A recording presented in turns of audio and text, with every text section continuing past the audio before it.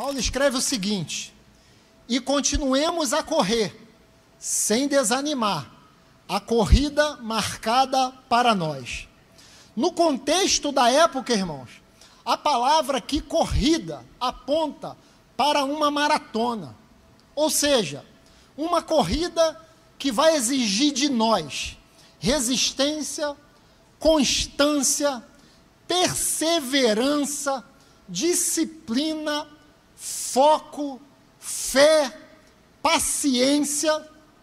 A expressão aqui, continuemos a correr sem desanimar, transmite a ideia de alguém que não corre por impulso, que não corre por emoção, mas corre com constância, sabendo que o mais importante não é começar rápido. O mais importante é chegar ao fim. Quem não entende isso, irmãos, pode até começar muito bem, cheio de gás, entusiasmado, empolgado, motivado, mas quando o cansaço chega, quando as dificuldades aparecem, quando os ventos contrários começam a soprar, se perde no meio do caminho, desanima, desiste de continuar a buscar os seus objetivos, os seus projetos, os seus sonhos.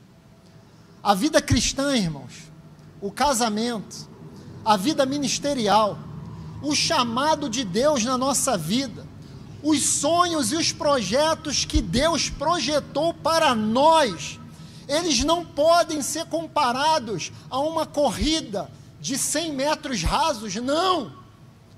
São verdadeiras maratonas que eu e você precisaremos correr, precisaremos seguir, precisaremos nos esforçar. Houve uma maratona nos anos de Jogos Olímpicos, no ano de 1968, que aconteceu lá na cidade do México. E um dos corredores, ele chegou um momento ali no meio do trajeto que ele sofreu um acidente. Ele vinha numa velocidade muito grande, até que chegou um momento que ele tropeçou, caiu e se machucou feio.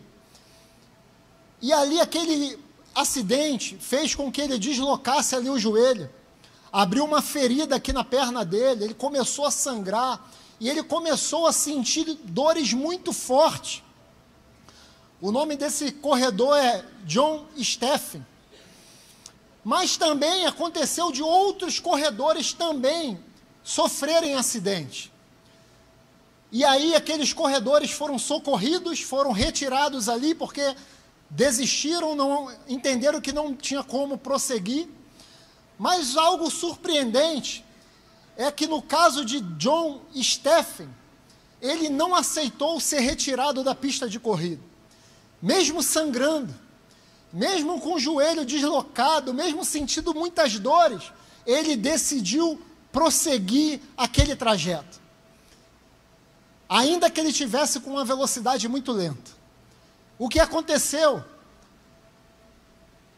A competição acabou, houve uma cerimônia de entrega de medalhas, a cerimônia acabou, e passado mais ou menos umas 2 horas que a cerimônia tinha acabado, daqui a pouco surge, lá naquela linha de chegada, John Steffen, se arrastando, com muitas dores, com lágrimas correndo no seu rosto. E quando aquelas pessoas que permaneceram no estádio perceberam que ele estava vindo ali com muita dificuldade, aquelas pessoas se colocaram de pé e começaram a aplaudir aquele atleta. E ao terminar ali, um repórter chegou para ele e perguntou para ele: John, por que você não desistiu? Você sabia que você não tinha chance nenhuma de vencer. Você está todo ensanguentado, sentindo dores, e mesmo assim você decidiu continuar. E a resposta que aquele homem deu foi uma das frases mais marcantes da história do esporte. Porque ele virou ali para aquele repórter e disse assim: meu país não me enviou para cá apenas para começar uma corrida. Ele me enviou para cá para terminá-la. Irmãos, a vida cristã é exatamente assim. Não é sobre velocidade, não é sobre chegar na frente, não tem a ver com aquele que tem mais forças, é sobre ter constância, é sobre ter resistência, é sobre ser resiliente, é sobre não parar no meio do caminho, em hipótese nenhuma. Entenda que o Pai, que Deus, Ele não te chamou só para começar uma corrida, não. Ele te chamou para continuar a correr até a linha de chegada. A verdade, irmãos, é que existem pessoas que começam com muito foco, cheia de gás em algumas áreas da sua vida, mas quando surgem os primeiros obstáculos, com o tempo, elas se cansam, elas perdem o fôlego, perdem o ânimo, perdem a alegria, perdem a motivação, perdem aquele brilho nos olhos, e muitos, infelizmente, param no meio do caminho. Isso acontece, irmãos, no casamento. Começam cheios de amor, de expectativas, de sonhos, de projetos.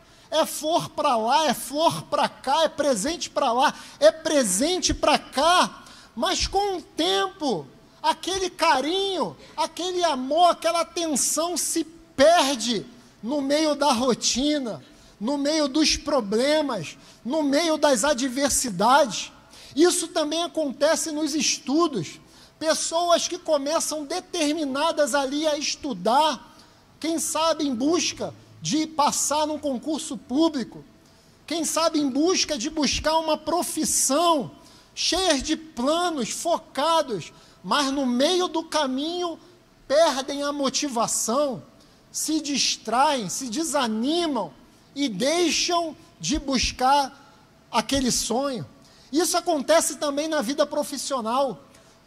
Pessoas que chegam numa empresa cheia de gás, cheia de motivação, cheia de vontade de produzir, sonhando com uma promoção, em ser alguém aonde vem assumir um cargo relevante na empresa, mas aí se depara com perseguição, com inveja, se depara ali com pessoas que não dão nenhuma credibilidade para ela, e aquela pessoa com o tempo que chegou ali com a bola cheia, vai permitindo com que a sua bola fique cada vez mais murcha. Isso acontece também na vida espiritual, irmãos. Pessoas que começaram apaixonadas por Deus, tinha vida de oração, tinha vida de jejum, de meditação na palavra, mas com o tempo foram se esfriando, foram se afastando, foram se acomodando, e hoje estão distantes de ser aquilo que um dia já foi, já não queima mais o seu coração para buscar a presença do Senhor, já não queima mais o seu coração para servir ao Senhor. Isso acontece também no ministério, irmãos. Pessoas que começaram servindo apaixonadamente a Jesus, entenderam o seu chamado, abriram a sua casa para receber uma célula, aceitaram liderar uma célula, abraçaram, amaram aquela célula, a célula cresceu, multiplicou, e foi multiplicando, e se tornaram supervisores, e o seu setor, a sua área começou a crescer, mas com o tempo, aquela chama que ardia no início, começou a se esfriar, e essa pessoa já não tem mais motivação, o seu coração já não queima mais por ver a sua célula crescendo, multiplicando, o seu coração já não queima mais para cuidar de vidas, para fazer novos discípulos, pessoas que permitiram com que aquela chama fosse se esfriando, se apagando, e hoje estão praticamente paralisadas, já não fazem mais discípulos, já estão pensando em parar de liderar uma célula, em fechar a sua célula. Mas a pergunta que o Espírito Santo de Deus deixa para a gente aqui nessa noite é: qual é a área da sua vida que você começou muito bem, mas que ao longo do caminho você esfriou? Até quando você vai aceitar ficar parado, se Deus chamou você para continuar, irmãos? É constância, é perseverança. Deus te chamou para continuar e não para parar. Talvez você está aqui nessa noite, cansado, pensando em desistir, mas a palavra de Deus nessa noite é muito clara: não pare. Mesmo que esteja mancando, mesmo que esteja doendo, mesmo que esteja difícil, não pare. Mas pastor, eu estou cansado, eu estou ferido, está doendo, eu não estou mais aguentando, o fardo está pesado demais para continuar. Deixa eu falar uma coisa para você, meu irmão: se não der para correr, ande. Se não der para andar, se arraste. Mas o que você precisa entender nessa noite é que não é hora de parar.